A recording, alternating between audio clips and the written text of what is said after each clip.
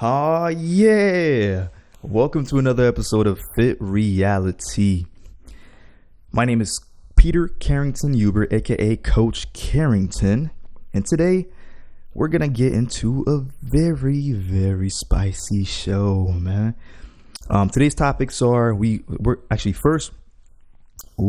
start off the show by doing a little introductory portion. Where we're going to talk about current events, things that are on my mind, and then we're going to get into the fitness portion in the back end of the episode. And if you want to fast forward to that part of the episode, you can. But I would advise you to play the whole thing because we're going to have a lot of fun. We're going to talk about a lot of things that get people tight these type of days, man. Get people like on edge, as some people would say, like on freaking edge, bruh. All right. So, if you're paying attention to anything, if you're alive in the United States right now, top news is the presidential elections. What relationships, man? 2020 has killed a lot of relationships, man. But we're gonna get into the fitness portion in the back end of the episode, and this is the topic for the fitness portion. Is the mantra of no pain, no gain. Have you heard that? No pain, no gain. A lot of us have heard this mantra. Like, it's something that's been like in here since the 80s. So if you want to hear that part of the episode, fast forward to the back end, and then we'll talk in the fitness portion. All right, let's get into the episode. Okay, so first topic today, first thing I want to talk about is the presidential elections. Man, am I glad that this presidential election is over. I am so glad that this thing is over. It's not even funny. Like, 2020 has been crazy as can be with coronavirus and the lockdowns and everything like that. Has everybody tight and on edge, okay? This is the worst I've ever, like, since I've been here, like, in this country, this is the worst I've ever seen it. Like, for real. So, like, 2020, man, has been crazy. And on top of that, you add, presidential elections with on top of everything. Like, it's like 2020 has ended a lot of friendships, relationships, and even created rifts in families. That's how crazy this year has been, and especially in the topic of politics. Oh man, that has been the number one subject as to where people do not agree at all. Like, we're at the point now where we can even have conversations with each other. We're at the point now where we just call each other names. Oh, you're stupid. You're evil. You're this and that. You're this, that, and the third. Like, what? Like, come on, man. Like, we can have a conversation. We can talk. Like, that's the point of a conversation, is to talk it out, and it's to get to a common ground and find the humanity in each other. You know what I'm saying? Let's think about the last time you had an argument with a friend, like somebody you truly care about. Like, did you just stop and said like, F you, bro, like, you're a piece of shit just because they have a different opinion than you? No, that's your friend. You know what I'm saying? If that's your friend, you're just gonna understand that they have a different opinion, and you're gonna try to like understand why they think the way they do. Okay, so like, man, 2020 has been crazy. Like, especially like, even like for me, like, especially for me, man, like, I've had my own personal experiences. I've learned a lot in the past like week or so, where I've even had like a relationship that ended because of all this stuff, bro. Like name calling because we don't see like eye to eye. And first of all, mind you that I'm from a whole different country. Like, I have a whole different like lens of what I look things through.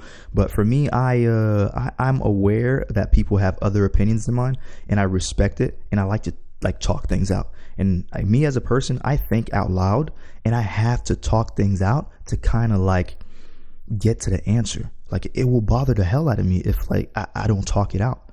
And the other person did not fuck with that. Like, didn't like my opinion, called me whatever for what my perspective was. You're a Nazi. That was the most recent one. I was like, what? Are you freaking insane? A freaking Nazi? Do you know what Nazis have done to people? Mass genocide. And do you see the pigment of my skin? You're a freaking nut. That's what I wanted to laugh, but at the same time I was like mad and tight. I'm like, this person is insane. But anyways, man, like, And the thing that's wrong, like this, it's a scary narrative, and it's a scary precedent that we're setting. Like to say that like because somebody has a different opinion than you, that they are evil, and that you can like at that point, like there is no, if you see somebody as evil, you're not going to look at them as a human being. You're not even going to try to understand them. You're literally gonna want to punch them in the face, one, kill them, two, or do whatever the hell you want with them. Like if you think that they're evil. And most people in the world are not evil. Most people in this country are not evil. We all want the same thing, and that's a better life. We just have a different way to look at it. We just have different ideas on the best ways on how to get there. And because somebody has a different perspective than you doesn't make them evil. It just makes them have a different perspective, and that is okay. And that's the beauty of the world, man. That is the beauty. Like we can all have our own perspectives and come to a common ground and see like, okay, I'm right here, and I'm like, or this could be right here, or I could see how you could be right here, and that's how we get to a common ground. That's how we get to a solution. Without talking, there's no room for change. If I just think that somebody is evil, there is no room for change. At that point, I'm literally like, I'm done with them. You know what I mean? Like, so that's a scary precedence that we're setting these days, man. So in light of, everything, this presidential election is over. Like, I'm so glad. And I hope that we can come back to the table and talk and argue our different perspectives, right? So we can get to a solution, because that's how we make change happen and move on with ourselves. I had another thing too I want to talk about, and adding on to that point, like it's easy as people to get stuck in our own filters, in our own worlds, in our own perspectives. And that's based on like our circumstances. And it's easy to get like to only see like through that one filter. It really is.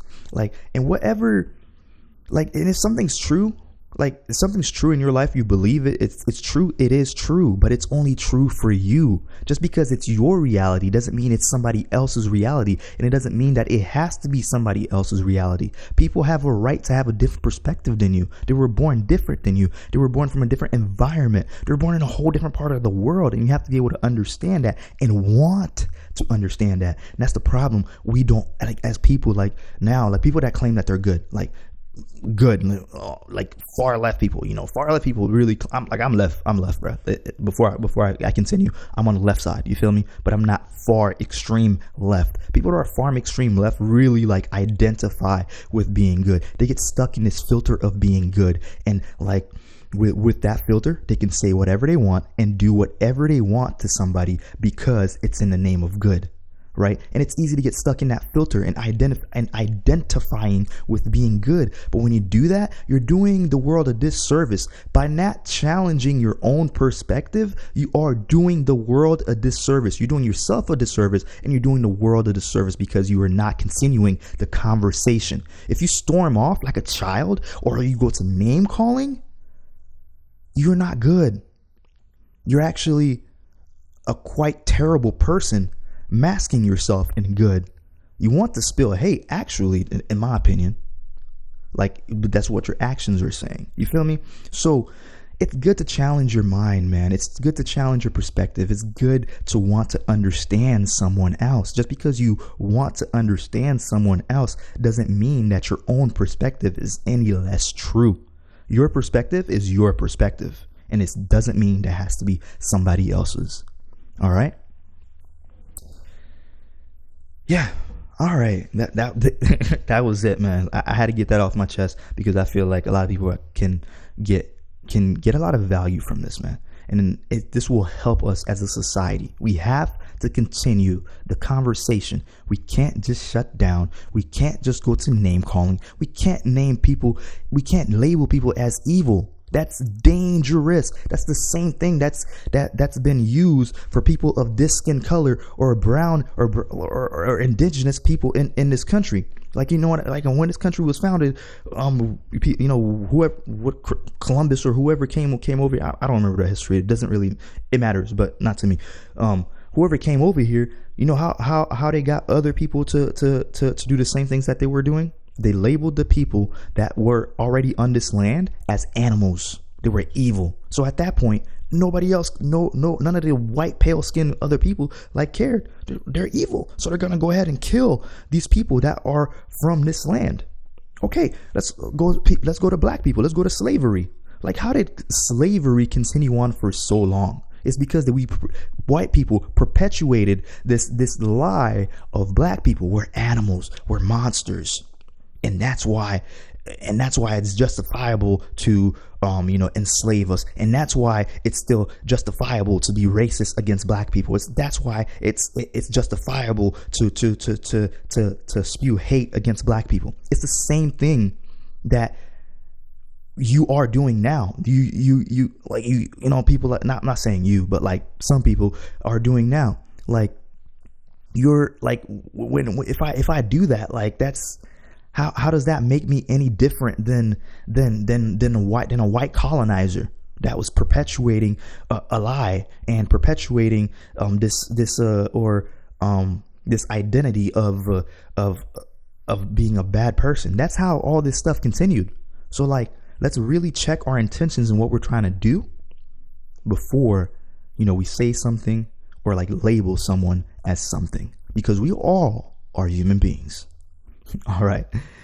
That's enough of that talking, man. I hope that you really enjoyed that portion of the show. Now let's get into the fitness portion of the show. And today's topic, like I mentioned in the beginning of the show, is the mantra of no pain, no gain. They even made a movie about this, man. And this mantra is terribly freaking wrong. And let me explain. So wrong. No pain, no gain. Yes, in life, things are going to be kind of hard. You kind of have to work. Let me explain the mantra. It's that you have to work hard and feel pain to kind of receive like success. In some instances, that can be true. But for working out, it does not fit. Okay? It does not fit whatsoever. Nothing at all in that like fits. Okay? So if you're feeling pain, like during your workout, if you're feeling pain during a workout and it's like acute pain, like sharp pain, you should stop. Okay, you should stop right there. That means something is wrong. Your anatomy is not moving properly with itself.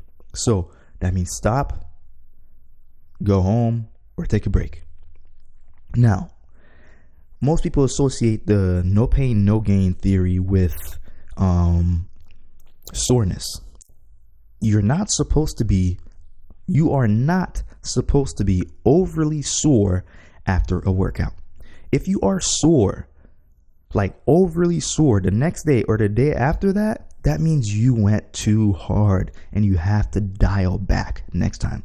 Because what happens when you're overly sore, it means you overreached.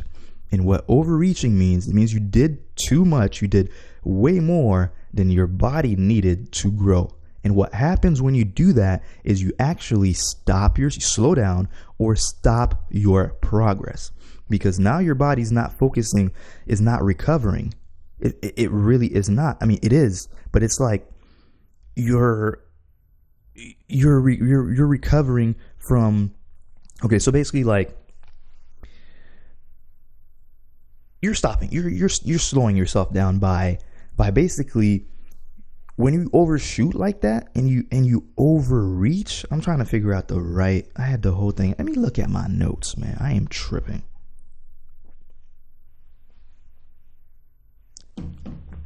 So when you do that, you overreach.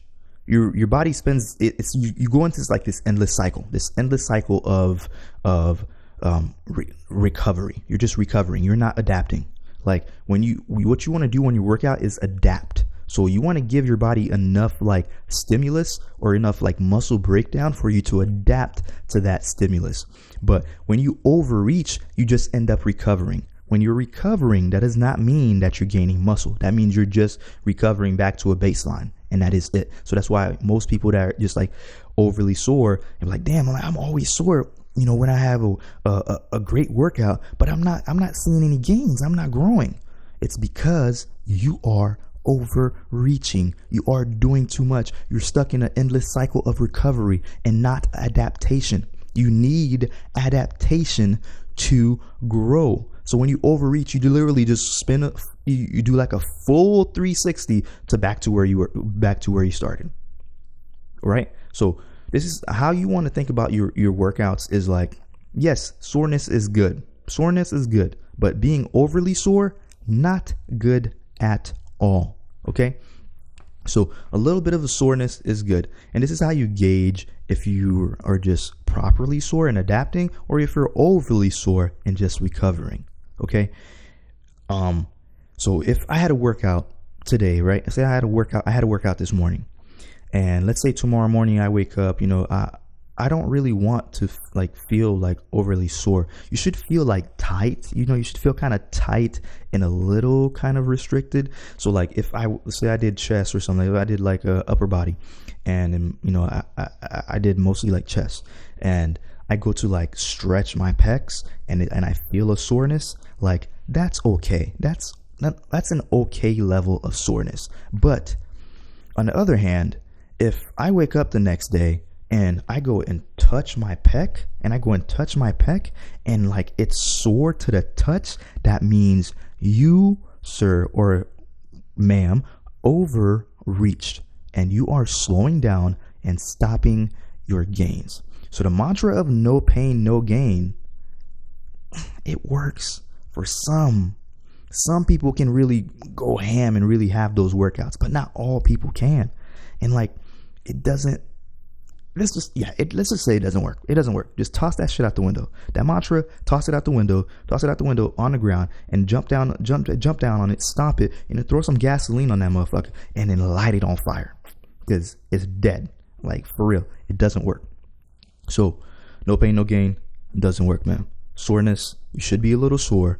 If you stretch yourself out and you feel yourself sore, that's an acceptable level of soreness. But if you're touching your pec, you're touching your legs, or like you sit down, like leg days are probably like the day that I likely overreach, and it's hard for me to gauge, because for legs you can feel like you can do whatever like with your legs until the next day, then you're like, god damn, bruh. Especially after you, like, the next day you sit for a really long time.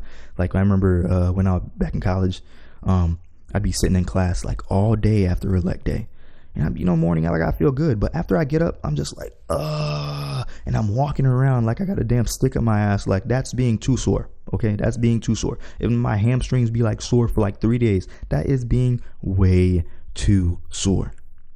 But anyways, man, that's my experience with that, and that is the end of the show.